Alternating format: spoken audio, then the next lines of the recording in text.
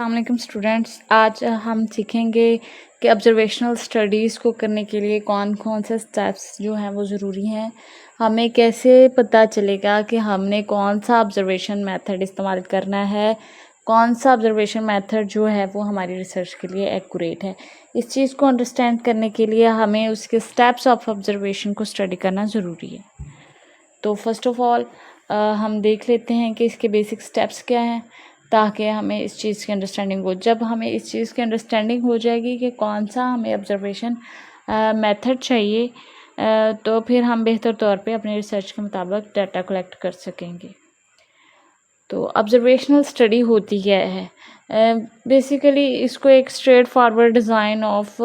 Conduct of any collection of data भी कहते हैं, और हम इसमें नोटबुक, पेन और ये वाली चीज़ें इस्तेमाल कर सकते हैं। वीडियो रिकॉर्डर्स, ऑडियो रिकॉर्डर्स, इस तरह के इंस्ट्रूमेंट्स को इस्तेमाल करते हुए हम जो रिसर्च कंडक्ट करते हैं उसको ऑब्जर्वेशनल स्टडी कहा जाता है।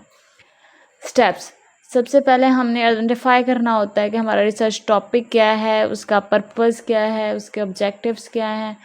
तो जब हम अपना एरिया ऑफ इंटरेस्ट आइडेंटिफाई कर लेते हैं, जिस फील्ड में हमें ऑब्ज़र्व करना होता है, जिस चीज़ को ऑब्ज़र्व करना होता है, जो चीज़ हमारी स्टडी से पे फिट आ रही होती है,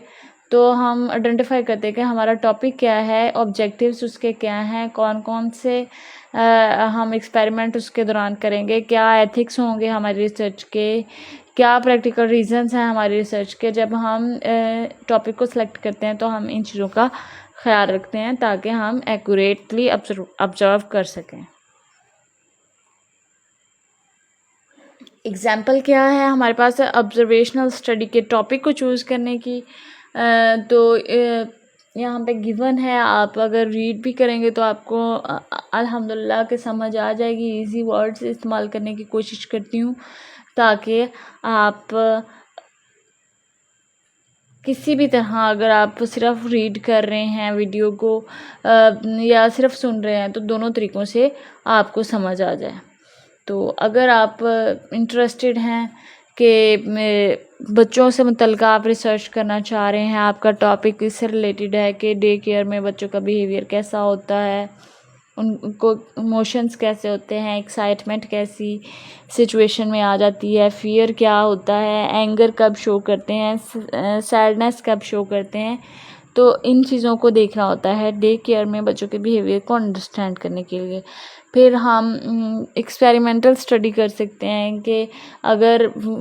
कोई तीसरा person, unknown person day care में आ जाए तो बच्चों का रिस्पॉन्स कैसा हो सकता है।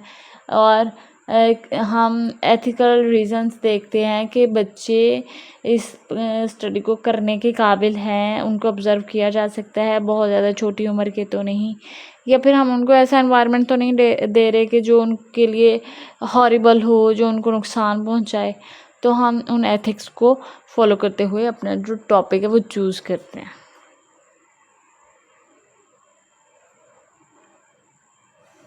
सेकंड स्टेप में हम आ जाते हैं, हमने अपनी टाइप कैसे चूज़ करनी है, कैसे हमें पता चलना है कि कौन सी ऑब्जर्वेशन टेक्निक हम इस्तेमाल करेंगे वो हमारे लिए बेहतर होगी। तो हम टेक्निक जो है वो इस्तेमाल करते हैं जिससे हमें प्रॉपर द होल डाटा मिल जाए जो हमारी पूरी रिसर्च को चाहिए। तो हम उसी हिसाब से देखते हैं कि हमने क्या एनालिसिस करना है, डिफरेंस फाइंड करने हैं या कॉमन देखने हैं, कोवर्ट ऑब्जर्वेशन करनी है या नेचुरलिस्टिक एनवायरनमेंट में ऑब्जर्वेशन करनी है। तो क्या चीज़ एक्यूरेट होगी हमें पार्टिसिपेंट्स की एक्टिविटी को ऑब्ज़र्व करने के लिए। जब हम जो हमने प्रीवियस वीडियो में पढ़ा कि टाइप्स ऑफ रिसर्च, जब हम every angle of the observation method देख लेते हैं तो फिर हम एक एक्यूरेट ऑब्जर्वेशन मेथड इस्तेमाल करते हैं। लाजमी नहीं है कि एक रिसर्च स्टडी में सिर्फ एक ही ऑब्जर्वेशन मेथड इस्तेमाल हो, हम मल्टीपल ऑब्जर्वेशन मेथड्स भी इस्तेमाल कर सकते हैं। बेसिकली ऑब्जर्वेशन का मकसद यही होता है कि हम एक्यूरेट डाटा कलेक्ट करें और हमारा एनालिसिस जो है वो अच्छा आए। एग्जाम्पल देख लेते हैं। ऑब्जर्वेशनल स्टडी की अप्रोच के लिए जो हम पॉसिबिलिटीज़ देखते हैं कि कौन सा हम टाइप इस्तेमाल करेंगे ऑब्जर्वेशन का। तो हम जब चिल्ड्रन को ग्राउंड में प्ले करते देखते हैं तो वो एक नेचुरलिस्टिक ऑब्जर्वेशन होती है उनके बिहेवियर को जज करने के लिए। फिर हम उनको एक मंथ डे केयर में ऑब्जर्व कर रहे हैं तो उनको एक स्पेसिफिक इन्वायरमेंट दिया जाता है और वो अपने सेल्फ को एक्सप्रेस करने के लिए इस्तेमाल करते हैं। तो हम उसमें जो ऑब्ज़र्व करते हैं तो वो भी एक ऑब्ज़र्वेशन के टाइप है कि हम वहाँ पर as a day care holder, as a mother figure काम कर रहे हैं, तो हम पार्टिसिपेंट ऑब्ज़र्वेशन की तरफ जा रहे हैं। और अगर हम ये करें कि हम उनके बिहेवियर्स को देख रहे हैं और हम थ्रू बिहाइंड द सीन या एक मॉनिटर के तौर पे ग्लास के पीछे बैठ के या किसी कैमरा के थ्रू देख रहे हैं, ऑब्ज़र्व कर रहे हैं, तो हम कोवर्ट ऑब्जर्वेशन इस्तेमाल कर रहे हैं। इसी तरह हमने एक अगर प्रॉपर वे में एक्टिविटी डिज़ाइन की है, ग्रुप एक्टिविटी डिज़ाइन की है, कोई गेम प्ले करने का कहा है ताकि हम उनका ग्रुप में जो रिस्पॉन्स होता है वो देख सकें, तो फिर हमने वो एक ऐसी रिसर्च कंडक्ट की है जो एक्सपेरिमेंटल बेस है, जो आर्टिफिशियल एनवायरनमेंट में है, या हमने उसके गेम्स के रूल्स ऐसे रखे हैं जो एथिकली हैं और उसमें कोई हार्म होने का ख़तरा नहीं है। या फिर हम ऐसी सेटिंग प्रोवाइड करते हैं जो हमारी प्रीवियस नॉलेज पे बेस करती है, तो हम आर्चिव रिसर्च ऑब्जर्वेशन मेथड इस्तेमाल कर रहे होते हैं।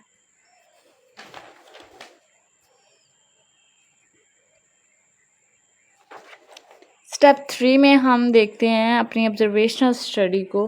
कि सेट करते हैं क्या चीज़ जो है हमने प्लान की, कैसा एक्सपेरिमेंट होगा,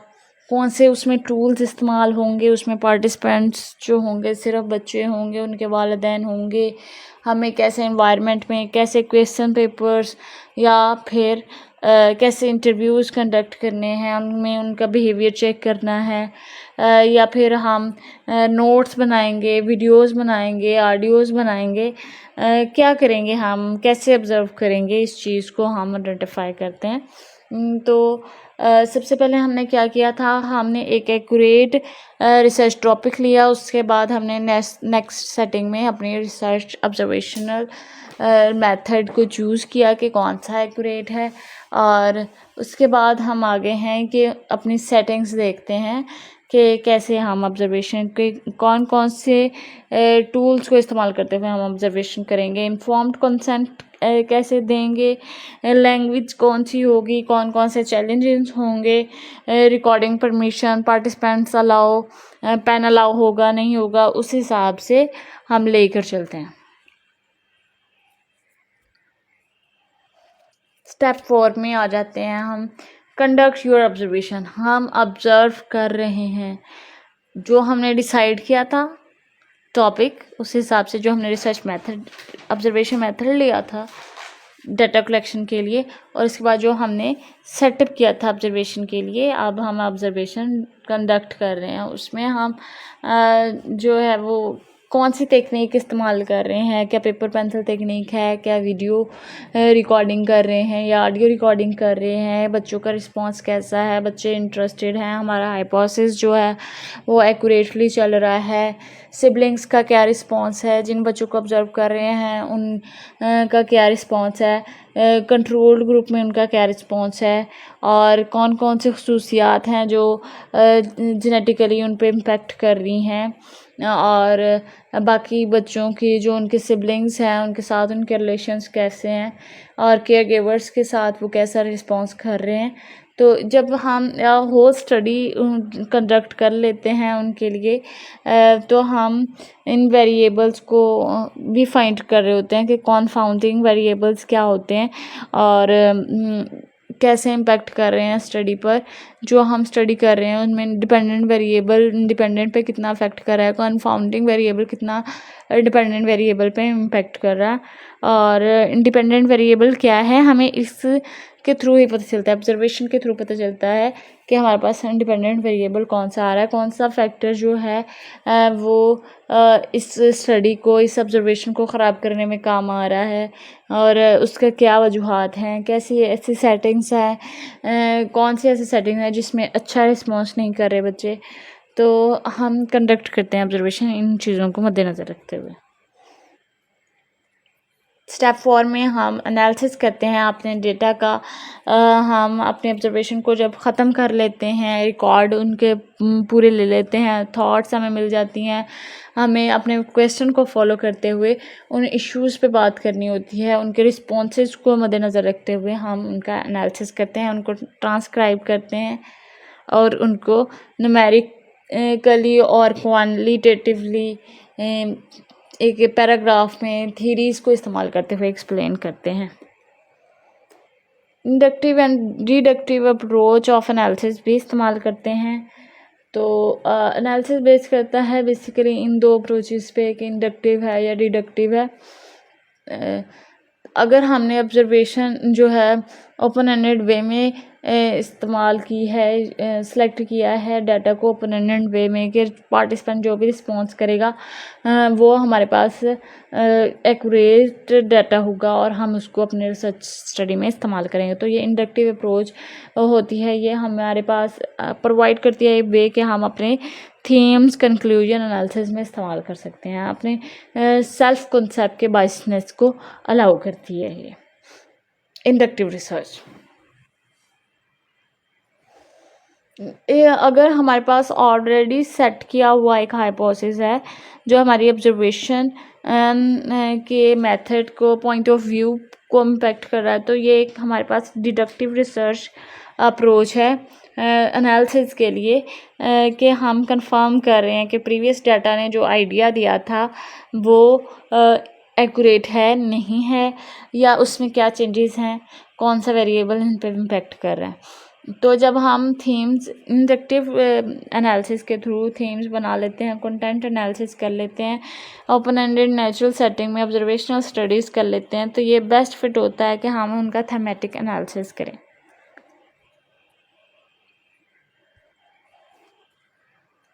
एनालिसिस के बाद हमारे पास आ जाता है स्टेप 6। इसमें हम डिस्कस करते हैं एविडेंस फॉर फ्यूचर रिसर्च की पॉसिबिलिटीज़ क्या हैं, हमारी फ्यूचर रिसर्च की क्या क्वेश्चंस जो हैं वो राइज हुए हैं इस ऑब्जर्वेशन मेथड को इस्तेमाल करते हुए। इस रिसर्च में कौन से फर्दर क्वेश्चंस जो हैं वो किए जा सकते हैं, कंफाउंडिंग वेरिएबल का इम्पैक्ट को कैसे कंट्रोल किया जा सकता है, कैसे ऑब्जर्व किया जा सकता है, कंक्लूजन हमें क्या बता रहा है। तो डिस्कशन हम करते हैं अपनी रिसर्च के टॉपिक की, और हम उसमें डिफ्रेंशिएट करते हैं कि ऑलरेडी रिसर्च जो मौजूद है और जो हमने की कंडक्ट, उसका कंक्लूजन, इस चीज़ से हम एक नया वे ले आते हैं अपने सामने जो हमारे लिए बेहतर होता है। Thank you for watching the video. Basically उम्मीद है कि आपको समझ आया होगा कि हम अपना रिसर्च मेथड का टाइप कैसे सिलेक्ट करते हैं, कि कौन सा हमारे पास ऑब्जर्वेशन मेथड होगा जिससे हम एक्यूरेट डाटा कलेक्ट कर सकेंगे। ये बेसिकली इस वीडियो का मकसद यही था कि आपको इस क्वेश्चन का आंसर मिल सके कि हम किस तरह चूज़ करेंगे, कौन सा जो ऑब्जर्वेशनल मेथड है वो एक्यूरेट है हमारे पास। अगर आप इन 6 स्टेप्स को फॉलो करते हुए अपनी ऑब्जर्वेशनल स्टडी को कंडक्ट करेंगे तो इंशाल्लाह आपके पास एक्यूरेट डाटा आएगा और जो बेहतर होगा आपके रिसर्च।